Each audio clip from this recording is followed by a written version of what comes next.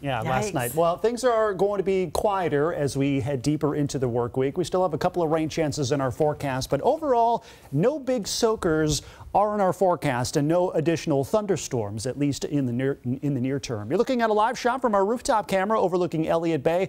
Yeah, kind of a mixture of clouds and sunshine today. Earlier this morning, it certainly was that June gloom as March was talking about, and temperatures, well, they reflect that. Most of us only in the upper 60s to near 70. No big warm-ups, along with no big rain chances over the next couple of days. Here's a live look at radar. If you live in and around the Highway 2 corridor, we might see a return of the convergence zone. You can see a couple of light showers trying to work their way across the water there, but otherwise the bulk of the activity stays up in the Cascades, up in the Olympics, as well as out along the coast. Most of us probably looking at a dry evening, and that trend will continue over the next couple of days. Mostly dry at least through midweek before we see a couple of rain chances return. I'm going to back things up even further. We have a weak ridge of high pressure that's going to be building in overnight. That should allow a lot of these showers to fade away and a break from any wet weather at least through Wednesday.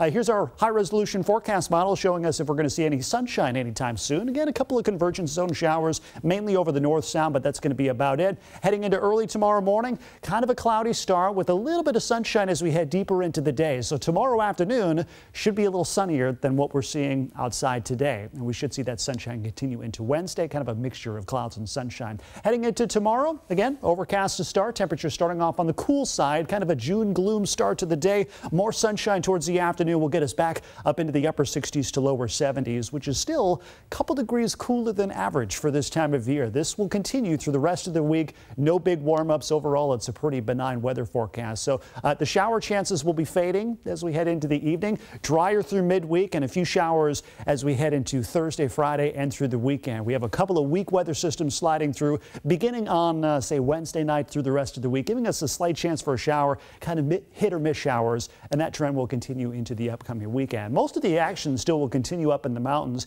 Here's a recent shot from Mount Rainier Paradise. You can see a lot of folks up there, but not much of a view up there today. Probably going to be the case tomorrow as well. A few more rain showers, a partly to mostly cloudy day up in the mountains with temperatures upper 50s to lower 60s. Now, one thing happening on Wednesday is the first full moon of summer, also known as the strawberry moon. The forecast, if you want to see it, it's Wednesday evening sunrise, or moonrise, I should say. It's just before 9 o'clock. Forecast does call for a partly cloudy sky with little rain chance. Here's the rest of your forecast. Again, grazing into the 70s the next couple of days, but nothing too warm. Back in the upper 60s Thursday and Friday with a few showers possible all the way through at least Sunday of next week. But at the moment, not looking at any widespread rain chances anytime soon. Okay, Ben.